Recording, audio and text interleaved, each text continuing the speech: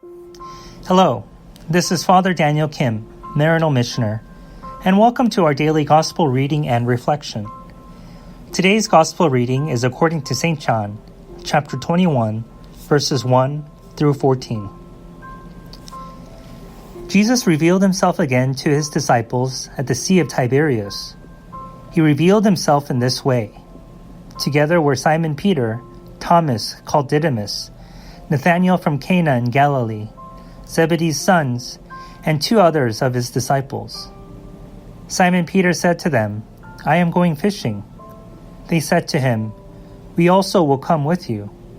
So they went out and got into the boat, but that night they caught nothing. When it was already dawn, Jesus was standing on the shore, but the disciples did not realize that it was Jesus. Jesus said to them, "Children, have you caught anything to eat?" They answered him, "No." So he said to them, "Cast the net over the right side of the boat, and you will find something." So they cast it and were not able to pull it in because of the number of fish. So the disciples whom Jesus loved said to Peter, "It is the Lord." When Simon Peter heard that it was the Lord, he tucked in his garment, for he was lightly clad, and jumped into the sea. The other disciples came into the boat, for they were not far from shore, only about 100 yards, dragging the net with the fish. When they climbed out on shore, they saw a charcoal fire with fish on it and bread. Jesus said to them, "Bring some of the fish you just caught." So Simon Peter went over and dragged the net ashore, full of 153 large fish. Even though there were so many, the net was not torn. Jesus said to them, "Come, have breakfast." And none of the disciples dared to ask him, "Who are you?" because they realized it was the Lord.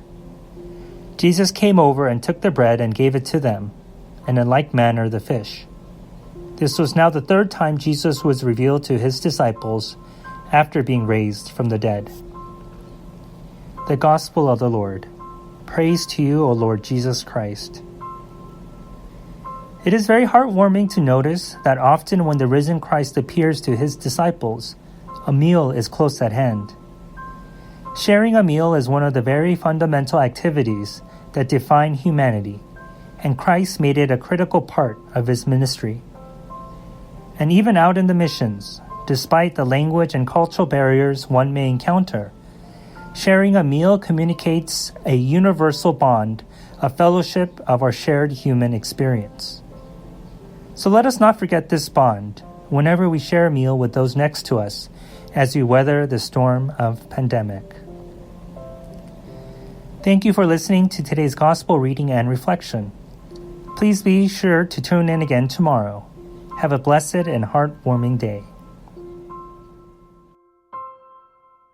If you enjoyed today's Gospel reading and reflection, please make sure that you subscribe wherever you're listening to podcasts.